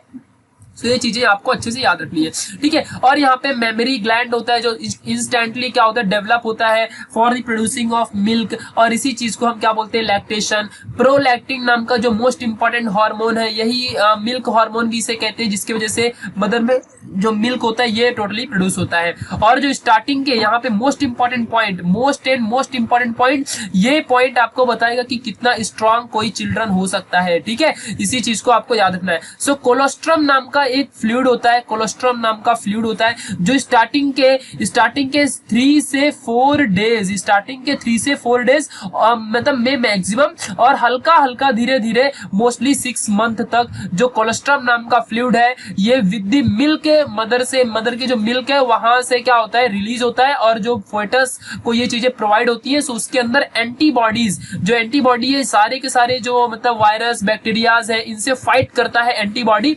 ये डायरेक्ट एकदम मतलब किसी दूसरे चीज के साथ मिक्स हो के नहीं, डायरेक्ट एंटीबॉडी मिलती है मदर के मिल्क से बेबी को, ठीक है। सो उसको हम लोग कोलोस्ट्रम नाम का फ्लूइड बोलते हैं, कोलोस्ट्रम, ठीक है। इस चीज को याद रखना, और ये मोस्टली मेमोरी ग्लैंड से रिलीज होता है, ठीक है। ये चीजें आपको अच्छे से याद रखनी है। और जो मिल्क होता है ये प्रोड्यूस होता है, और ये नॉर्मली एंटीबॉडी कंटेन करता है, ठीक है। सो ये मोस्ट इंपॉर्टेंट है to fight with the viruses and bacterias. So इसीलिए बेबी मोस्टली इंपॉर्टेंटली जो होता है स्ट्रांग रहता है। अगर ये चीजें ना मिले तो हो सकता है कि डेथ हो जाए, ठीक है। बट बहुत सारी कंडीशंस में डॉक्टर्स की हेल्प लेके सरवाइव कर सकते हैं, ऐसा कुछ नहीं है, ठीक है। सो यहाँ पे कंप्लीट हुआ mostly parturition and lactation process. अब हम लोग पढ़ेंगे रिप्रोडक्टिव हेल्थ के बारे में, ठीक है। सो रिप्रोडक्टिव हेल्थ अभी आपको पता होगा जो वर्ल्ड वाइड, यहाँ से मेन टॉपिक स्टार्ट होता है। आपको अभी थोड़ा सा अच्छे से नॉर्मली फेयरली बहुत सिंपल टॉपिक होगा, और अच्छे से आपको नॉर्मली पढ़ना है, ज्यादा कुछ स्ट्रेस यहाँ से लेना नहीं, क्योंकि अब टॉपिक हो चुका है खत्म मेन जो था। अब यहाँ पे सिंपल टॉपिक स्टार्ट होगा, जिससे आपको अवेयरनेस मिलेगी और बहुत मजा भी आएगा पढ़ने में, ओके। सो यहाँ पे रिप्रोडक्टिव हेल्थ के बारे में देखना है, ठीक है। सो WHO वर्ल्ड हेल्थ ऑर्गेनाइजेशन, ये पूरा एक अपने वर्ल्ड वाइड एक, अभी आप इसका नाम जानते ही रहोगे, ठीक है। सो वर्ल्ड हेल्थ ऑर्गेनाइजेशन ने बहुत सारी चीजों को मतलब ऑर्गेनाइज किया है, और जिससे कि जो हेल्थ है बॉडी का अच्छे से बना रहे। इनके ऊपर बहुत सारी इमोशनल, बिहेवियरल, सोशल बहुत सारे एस्पेक्ट है, फिजिकली, ठीक है। ये सारी चीजों को इन्होंने कंट्रोल करके और इन्हें अच्छे से इन्हें मेंटेन करके, मैनेज करके, इन सारे ऑर्गन है जो रिप्रोडक्टिव ऑर्गन्स है, इनमें बहुत सारी फंक्शनलिटीज को चेंज करके और बहुत सारे डेवलपमेंट लाया है हेल्थ को प्रॉपर करने के लिए। मोस्टली जो इंडिया है यहाँ पर भी बहुत सारी चीजें चल रही है आजकल, ठीक है, जिसमें से आपको एक मतलब आपको मिल जाएगा like reproductive and child health care, RCH programmes India में बहुत सारे लॉन्च हुए हैं, ठीक है। सो इन प्रोग्राम्स का मेन नेशन वाइज यानी कि पूरे नेशन वाइज इनका लॉन्चिंग हुई है। सो इन RCH प्रोग्राम्स के थ्रू होता क्या है, इनका गोल क्या है। सो इनका goal most importantly to create awareness among people about various aspects related to reproduction. Simple सी बात है, रिप्रोडक्शन से रिलेटेड बहुत सारी चीजें मतलब जो वेरियस टाइप्स के अवेयरनेस है उन्हें अवेयर कराना लोगों को, बिकॉज लोगों को इंडिया में कुछ पता ही नहीं है इसके लिए, ठीक है। और जो अंडरस्टैंडिंग लेवल है उसे फैसिलिटेट करवाना, ठीक है। जो रिप्रोडक्टिव जो हेल्दी सोसाइटी है उनसे बहुत सारी चीजों को लोगों तक पहुंचाने के लिए बोलना, ठीक है। और भी बहुत सारे रिड्यूसिंग टोटल इनफर्टिलिटी रेट को रिड्यूस करना, इन्फेंट मोर्टेलिटी मींस मर जाना, और इन्फेंट मतलब छोटे जो चाइल्ड होते हैं उनकी तुरंत ही मर जाना। सो ये नॉर्मली कभी होता है जब भी हेल्थ के इशू की वजह से होता है, लाइक जो मेल न्यूट्रिशन के वजह से, जिन्हें कोलेस्ट्रॉल जैसा जो एंटीबॉडी होती है मदर से प्रॉपर नहीं मिल पाती है, तो मेल न्यूट्रिशन के शिकार हो जाते हैं बहुत सारे चाइल्ड और इससे बहुत सारी डेथ होती है। सो ये सारी चीजें RCH प्रोग्राम के थ्रू कवर किए जाते हैं। ठीक है, उसके बाद अभी हम यहाँ पे देखेंगे सो इनके अकॉर्डिंग RCH जो प्रोग्राम है इसके अकॉर्डिंग लोगों को क्या बताया जाता है कि भाई कैसे कंट्रोल करोगे। अब देखो, अगर ज्यादा से ज्यादा पॉपुलेशन इंक्रीमेंट होगा सो फिर बहुत ज्यादा प्रॉब्लम आएगी इंडिया के ग्रोथ में। ठीक है, लाइक अगर सपोज पॉपुलेशन इंक्रीज होती है सो इकोनॉमिकली इंडिया वीक होगा, बहुत सारे अनएम्प्लॉयमेंट हो जाएगा, लोग ज्यादा बढ़ेंगे, फिर बहुत सारी चीजें प्रॉब्लम आती है। ठीक है, सो ये सारी चीजें ना हो, लोगों को अवेयर किया जाए, बिकॉज लोगों को पता ही नहीं है और मशीन चालू है। ठीक है, सो इसके लिए यहाँ पे बहुत सारी चीजें इंपॉर्टेंट है बर्थ कंट्रोल के लिए। ठीक है, सो बर्थ कंट्रोल के लिए दो चीजें मोस्ट इंपॉर्टेंट है, दो तरीके से किया जा सकता है, एक टेम्पररी मेथड है, एक परमानेंट मेथड है कंट्रोल करने के लिए। ठीक है, बहुत सारे कॉन्ट्रासेप्टिव मेथड है। Contraceptive means during the copulation जो भी आप लोग ले सकते हो, मेथड यूज कर सकते हो, वो सारी चीजें, और प्रेगनेंसी ना हो इसके लिए। ठीक है, so temporary method and permanent method है। यहाँ पे टेम्पररी मेथड तो बहुत सारे, हम लोग 7 से 8 मेथड अभी फटाफट पढ़ेंगे और बहुत अच्छा आपको लगेगा और बहुत ही मतलब इंपॉर्टेंट भी है। सो टेम्पररी मेथड है सबसे फर्स्ट, यहाँ पे हम लोग देखेंगे टेम्पररी मेथड के बारे में। सो टेम्पररी मेथड में यहाँ पे अभी हम लोग समझेंगे सबसे फर्स्ट और मोस्ट इंपॉर्टेंट पॉइंट जो कि ए है। अभी हम स्टार्ट कर रहे हैं टेम्पररी मेथड, इसमें से natural method and safe period rhythm and method. ठीक है, इसके बारे में देखेंगे। सो ये जो चीज है ये सिर्फ उसके लिए है जैसे कि आप सब लोगों जिसके पास नॉलेज है, ठीक है, जिन्होंने इन सारी चीजों के बारे में डीप में पढ़ा है, जैसे कि आपने पूरा साइंस पढ़ लिया है, सो आपको सारी चीजें पता है। सो उनके लिए ये मेथड है सेफ पीरियड, यानी कि एक ऐसा टाइम जो आपको पता हो और उस टाइम पे आपने कॉपुलेशन किया और उस टाइम पे फिर मतलब प्रेगनेंसी अवॉइड की जा सकती है। सो कैसे, हाउ इट इज पॉसिबल। सो यहाँ पे मोस्ट इंपॉर्टेंट थिंग कैसे, सपोज जैसे ही अभी कब होगा, कभी भी मतलब जो फर्टिलाइजेशन कब हो सकता है, जब ओवम हमेशा रहे, बिकॉज जो स्पर्म है वो तो ऑलवेज रेडी है। ठीक है, बट जो ओवम है उसका क्या, वो तो कभी भी नहीं आ सकता, तो वो हमेशा 14 डेज के बाद आता है जब ओव्यूलेशन होता है, यानी कि जब किसी भी फीमेल के अंदर जब ब्लीडिंग्स होती है उस टाइम पे क्या होता है, ओवम रिलीज होता है। ठीक है, सो अगर ओवम जब ना हो, अगर फीमेल रिप्रोडक्टिव सिस्टम के पास, तब कॉपुलेशन किया जाए, सो कोई भी यहाँ पे प्रॉब्लम नहीं होगी। सो सेफ पीरियड ये है कि ओव्यूलेशन के 1 वीक पहले एंड 1 वीक के बाद, ये होता है नेचुरल मेथड और सेफ मेथड, जो कि इंडिया में जो पढ़े लिखे पहले के टाइम के लोग थे वो इसे यूज किया करते थे। नेक्स्ट है कॉइटस इंटरप्टस और विथड्रॉवल, ये मोस्ट इंपॉर्टेंट पॉइंट है, आप लोग इसे रीड कर लीजिए, आपको समझ जाएगा। मैं थोड़ा सा हिंट दे देता हूं क्या है कॉइटस इंटरप्टस।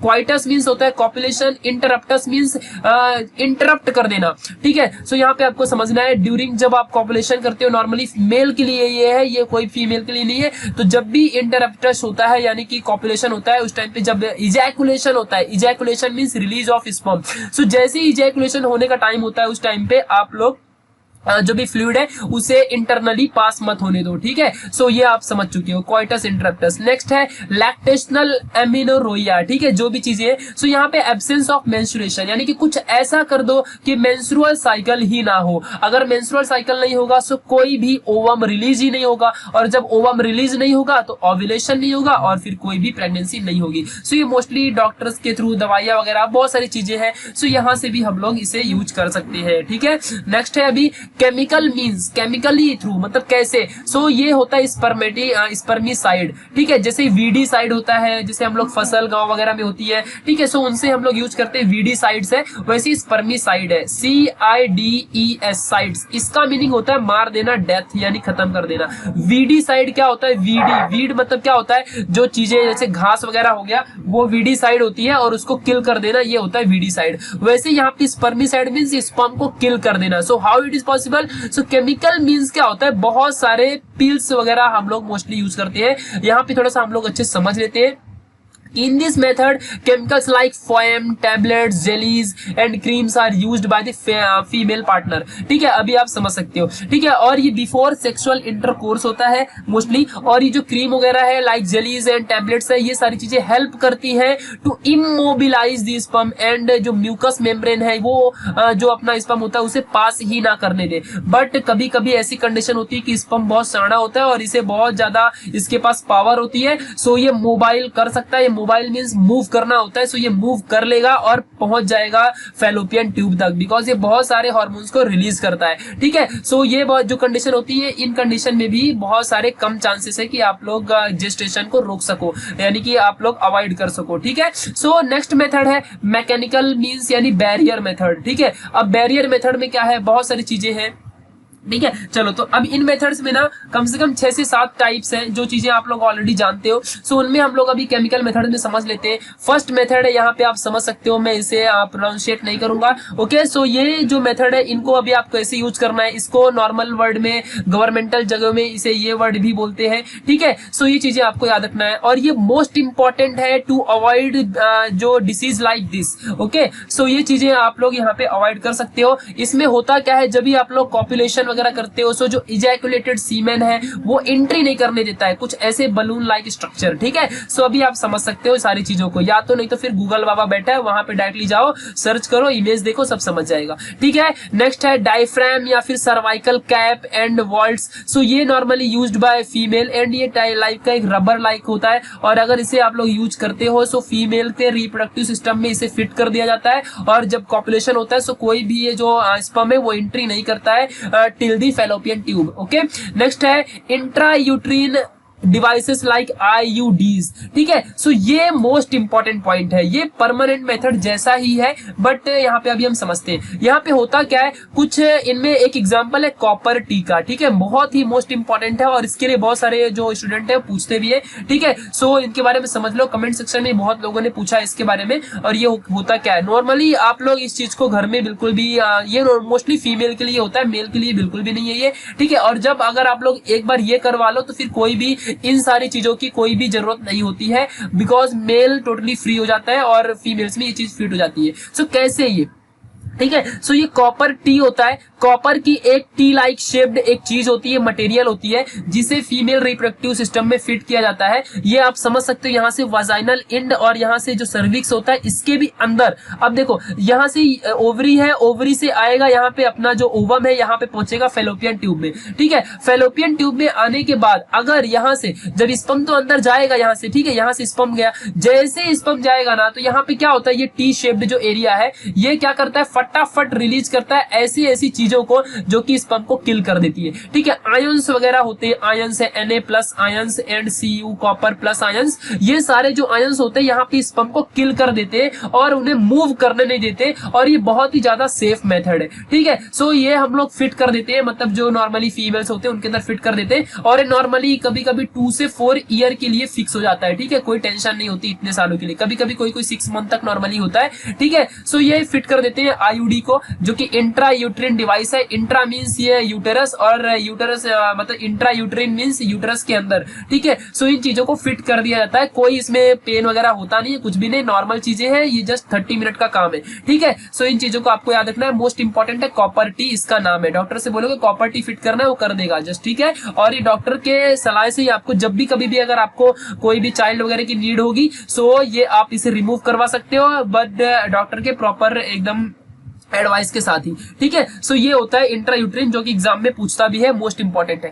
नेक्स्ट है फिजियोलॉजिकल और ओरल डिवाइसेस, ये मोस्ट इंपॉर्टेंट है, जो कि इंडिया में बहुत ज्यादा यूज भी होता है। अब आप समझ सकते हो मैं किसकी बात करूं। Suppose you have already done copulation, ठीक है, और ऑलरेडी स्पर्म अंदर जा चुका है, आपको पता है कि एम्ब्रायो वगैरह फॉर्म हो चुका है, ठीक है, बिकॉज इससे वोमिटिंग वगैरह होती है और आपको मालूम पड़ जाता है, ठीक है। देन उस टाइम पे आप क्या करोगे, उस टाइम पे आप लोगे पिल्स को, ठीक है, और इनका यूज करोगे, और इसको मोस्टली ये वर्ड भी यूज करते हैं। इंडिया में एक और प्रॉब्लम है, जब ये वर्ड यूज करते हैं तो हम फ्रेंड्स लाइक समझते हैं, फ्रेंड है, बट यार ये फ्रेंड का नाम नहीं है, जस्ट एक पिल्स का नाम है, ठीक है। सो आपको अभी समझ के रखना है मोस्ट इंपॉर्टेंट थिंग्स। मैं बहुत सारे वर्ड्स का नाम नहीं लूंगा, बट आपको समझना है। अब इसके साइड इफेक्ट भी होते हैं, सो साइड इफेक्ट जरा हम लोग ध्यान से पढ़ेंगे, मोस्ट इंपॉर्टेंट है, क्योंकि मेरा बताना काम है, ठीक है। सो पिल्स जो होती है इसके बहुत सारे साइड इफेक्ट होते हैं, लाइक नॉशिया हो गया, वेट गेन होता है, टेंडरनेस ऑफ ब्रेस्ट, ये मोस्ट इंपॉर्टेंट है। तो भाई अगर आपने पिल्स वगैरह लिए, सो ये बता देगा कि ये मतलब आपने लिया है, ठीक है। सो आप समझ के रखना और बच के रहना, ठीक है। So slight blood loss between menstrual periods, तो ब्लड लॉस तो है भाई, ये किसी को पता नहीं चलेगा, ब्लड लॉस हो जाएगा, आप इसे टोटली हाइड कर सकते हो। और पिल्स लाइक दिस सहेली and is an oral contraceptive for female,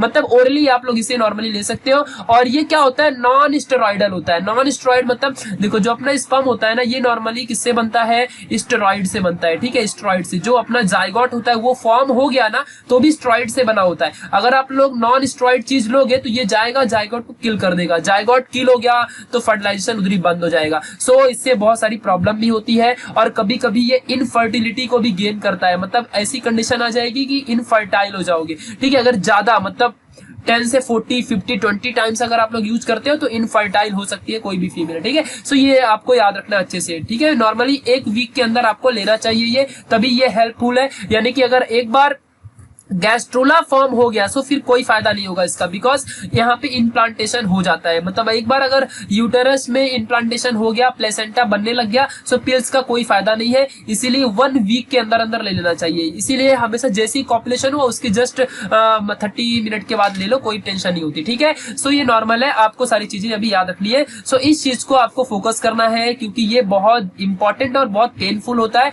और इस टाइम पे टेंडरनेस मीन्स होता है इरेक्ट हो जाना, ठीक है। अब आप समझ सकते हो, ठीक है। तो आगे चीजें समझना। नेक्स्ट है most important point, other contraceptives. जो मोस्टली अदर कॉन्ट्रासेप्टिव्स है वो क्या है, ठीक है। सो उनके बारे में भी समझते हैं। So for the birth control बहुत सारे मतलब फीमेल्स वगैरह में होता है कि एक टाइप की प्रोजेस्टेरोन की और एस्ट्रोजन की एक मतलब ऐसी पिल्स आती है जिसे नॉर्मली मतलब हैंड वगैरह में फिट कर लिया जाता है और नॉर्मली ये 3 से 4 ईयर तक चलती है। उस टाइम पे क्या होता है कि जो एस्ट्रोजन है हार्मोन और ये प्रोजेस्टेरोन हार्मोन है, इन हार्मोन का नाम है जेस्टेशनल हार्मोन या फिर प्रेगनेंसी हार्मोन। सो उस टाइम पे होता क्या है, ये हार्मोन ही जब रिलीज नहीं होंगे सो कोई भी फर्टिलाइजेशन ही नहीं होगा। सो ये नॉर्मली और अच्छा है और एक सेफ मेथड है, ठीक है। सो ये भी नॉर्मली हैंड में राइट हैंड लेफ्ट हैंड कहीं भी आप फिट कर सकते हो। सो ये एक अच्छा खासा प्रॉपर तरीका है, ठीक है। नेक्स्ट है अभी परमानेंट मेथड के बारे में अभी हम समझेंगे, जो कि मोस्ट इंपॉर्टेंट और बहुत ही डेंजरस, ठीक है। ये चीज आपको समझना है, परमानेंट मेथड।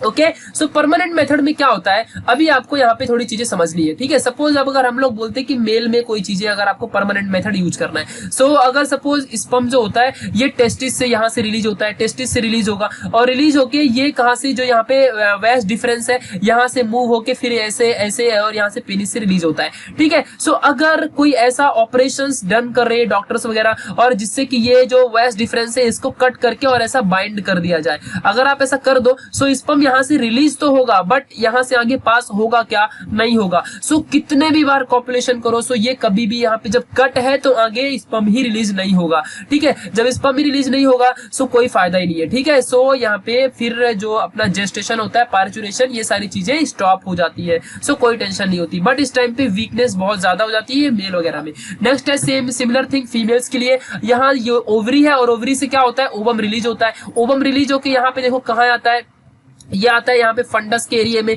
फेलोपियन ट्यूब में, ठीक है। सो फेलोपियन ट्यूब को ही ऑपरेशन करके कट कर दिया जाता है। अगर फेलोपियन ट्यूब अगर कट हो गया सो यहाँ से ओवरी बाहर तो रिलीज होगा, मतलब जो ओवरी है ये तो यहाँ से ओवम बाहर रिलीज होगा और यहाँ तक आएगा भी, बट यहाँ से जब स्पर्म आएगा सो यहाँ पे कट है जब एरिया, यहाँ से ज्वाइंट ही नहीं है सो आगे स्पर्म जा ही नहीं पाएगा। सो कोई फायदा ही नहीं है। सो फिर यहाँ से कभी भी कोई भी मतलब जेस्टेशन वगैरह नहीं हो सकता, इम्पॉसिबल है। सो ये परमानेंट मेथड थे, बट यहाँ से वीकनेस और बहुत ज्यादा प्रॉब्लम है, इसीलिए सेंसेशंस को कंट्रोल करके आप इसके पहले के मेथड को फॉलो कर सकते हो। ओके, नाउ अभी हम लोग यहाँ पे मेडिकल टर्मिनेशन के बारे में समझते हैं, ठीक है। मेडिकल टर्मिनेशन, जिससे कि आप लोग को बहुत सारी चीजें पता चलेंगी, हम लोग शॉर्ट में इसे MTP भी कहते हैं, ठीक है। तो ये चीजें अभी आपको समझनी है, ठीक है। सो इससे पहले MTP में क्या होता है, ये मेडिकल टर्मिनेशन इंडिया में बहुत ज्यादा मतलब होती है, बिकॉज जैसे ही किसी भी पेरेंट्स को पता चला कि जो भी उनका चाइल्ड है वो मेल है या फिर फीमेल है, सो अगर मोस्टली अगर फीमेल हुआ सो उसे वो लोग रिलीज कर देते हैं। सो हाउ इट इज पॉसिबल,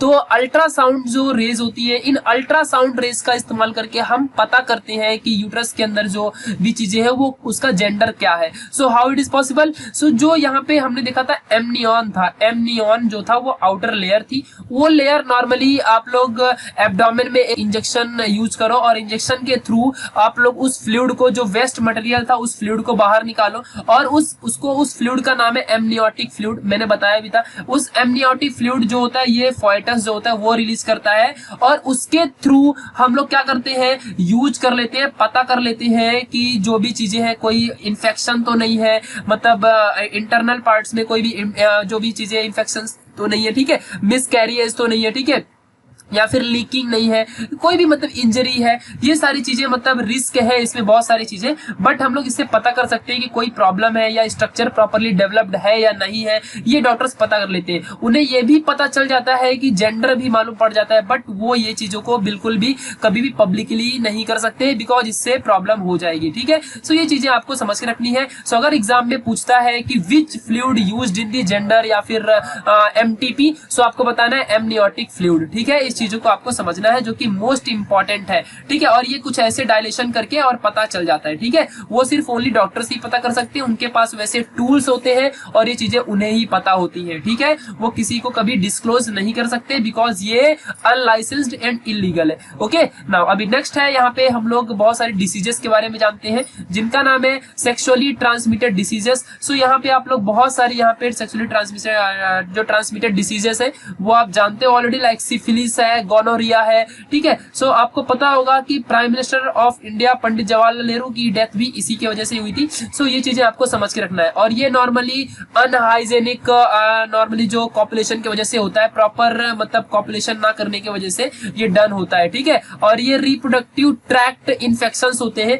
जरूरी 90% ये इन्फेक्शंस होते हैं नॉर्मली सेक्सुअली ट्रांसमिटेड होते हैं। लाइक एक पर्सन को ऑलरेडी हो चुका है और उसके साथ आप पॉपुलेशन करते हो तो आपको भी होना 100% चांस है, बट 10% ये नॉर्मली किसी वायरस या बैक्टीरिया की इन्फेक्शंस की वजह से भी होता है। नॉर्मली ये उनमें होता है जो एडिक्शंस जो एडिक्टिव होते हैं टुवर्ड्स लाइक टोबैको या फिर कोई भी चीजें लाइक और भी बहुत सारी चीजें जो भी आप मतलब ले सकते हो। यहाँ पे मतलब मैं अल्कोहल की बात बिल्कुल भी नहीं करूंगा, बट हाँ आप लोग नॉर्मली सिगरेट्स वगैरह की बात कर सकते हो, उनके थ्रू भी होता है, ठीक है। सो यहाँ पे जवाहरलाल नेहरू को भी ये हो चुका था, पता नहीं किस रीजन से हुआ था, ठीक है। गोनोरिया भी ये एक इसी टाइप की एक मतलब जो डिसीज है इसी की वजह से होती है। यहाँ पे इनके बारे में सिम्टम्स है और उनके इंक्यूबेशन पीरियड मतलब होता है कि किसी भी इंसान के जिंदा रहने का टाइम, यानी कि उस टाइम पे कितने टाइम तक वो आदमी को भी बीमारी रह सकती है। फिर इन्फेक्शियस साइट है, कहाँ पे होता है, सिम्टम्स उसके कौन कौन से हैं, प्रिवेंटिव मेजर कैसे प्रिवेंट कर सकते हो, ट्रीटमेंट के लिए कौन सी दवाइयां हैं, ठीक है। वो सारी चीजें यहाँ पे सारी बीमारियों के लिखे हैं, आप लोग यहाँ पे देख सकते हो।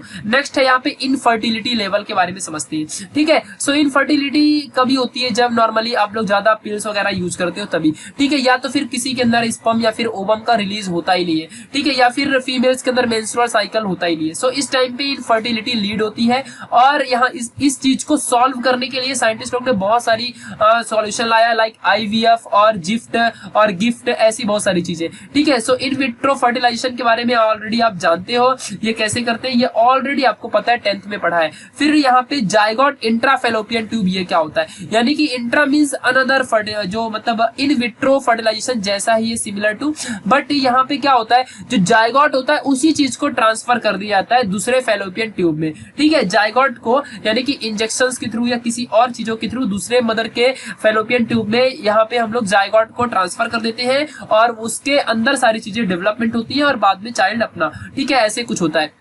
यहाँ पे जो गिफ्ट है ये गैमेट इंट्राफेलोपियन ट्रांसफर है। यहाँ पे हम लोग गैमेट्स को ही क्या करते हैं, टेक्निकली हम लोग ट्रांसफर कर देते हैं गैमेट्स को, यानी कि या तो ओवम हो या तो स्पर्म हो, ठीक है। इसमें और एक्यूरेसी होती है कि भाई मतलब जो चाइल्ड है वो सेम पेरेंट्स को बिलोंग करता है, बिकॉज जो जायगोट होता है वो भी ठीक है, बट यहाँ पे ओवम और स्पर्म को ही हम लोग क्या करते हैं, ट्रांसफर कर देते हैं, मतलब डायरेक्टली हम लोग क्या करते हैं, सब लोग डोनेट कर देते हैं, ऐसा कुछ, ठीक है। बट यहाँ पे उसी टाइप का है। बस यहाँ पे नेक्स्ट है एक और इंट्रासाइटोप्लाज्मिक पंप इंजेक्शन, ये चीजें आप खुद पढ़ोगे आपको खुद समझ जाएगा, बहुत ही मोस्ट इंपॉर्टेंट है, जो चीजें आप समझ सकते हो उसको क्यों बताना। ऐसी आर्टिफिशियल इंसेमिनेशन, यानी कि आज के डेट में ज्यादा ही कुछ अभी मतलब मैकेनिकल चीजें आ चुकी हैं और बहुत ज्यादा मतलब स्ट्रॉन्ग जो मतलब टेक्निकल चीजें वो सारी चीजें आ चुकी है, सो उनका यूज होता है स्पर्म काउंट वगैरह में। मतलब आर्टिफिशियल कैसे, उतने ही स्पर्म इंटर कर किए जाते हैं आर्टिफिशियली जितने की स्पर्म बहुत ज्यादा पावरफुल होते हैं और जो डायरेक्ट फर्टिलाइजेशन कर सके उन्हीं स्पर्म को डायरेक्टली अंदर इंजेक्ट किया जाता है। ठीक है, इन चीजों को आपको याद रखना, और इनटू सर्विक्स में, ठीक है, इंजेक्शन के थ्रू। चलो, तो ये चीजें हैं, नॉर्मली टेक्निकली डॉक्टर्स इन्हें यूज करते हैं। फिर ऐसी और भी है, आयु है, ये सारी चीजें हैं। फिर यहाँ पे एक है स्पर्म बैंक, यहाँ पे बहुत सारे जो मेल हैं वो अपने स्पर्म को नॉर्मली डोनेट कर सकते हैं, और स्पर्म की जो लाइफ साइकिल होती है 12 से 24 आवर होती है, तो जिसे भी डोनेट करना कर सकते हो। और ये स्पर्म बैंक वाले जो होते हैं ये नॉर्मली आपकी आइडेंटिटी को डिस्क्लोज कर देते हैं, क्योंकि इससे आगे चल के प्रॉब्लम हो सकती है, you can understand that problem. ठीक है, सो ये स्पर्म बैंक वगैरह है, सीमेन बैंक वगैरह, ये सारी चीजें होती है। यहाँ से भी स्पर्म डोनर बहुत सारे लोग होते हैं, और ये डोनेट करके और नॉर्मली जिन्हें भी अडॉप्ट करना होता है वो अडॉप्ट कर लेते हैं। ठीक है, जिन्हें अनफर्टिलिटी होती है वो इन स्पर्म वगैरह को प्रॉपर्ली यूज करते हैं। हाँ, बट इस टाइम पे आइडेंटिटी क्यों डिस्क्लोज की जाती है? बिकॉज आगे चल के अगर आइडेंटिटी पता चल जाए और अगर वो जो चाइल्ड है वो आगे चल के बड़ा हुआ और वो केस वगैरह कर सकता है, जिससे कि प्रॉब्लम ये हो जाएगी कि फादर, क्योंकि अभी क्रोमोजोमल के वजह से प्रॉब्लम हो जाएगी कि जो फादर है वो वही है। ठीक है, सो इसके लिए केस हो जाता है। ठीक है, सो यहाँ पे आइडेंटिटी डिस्क्लोज की जाती है।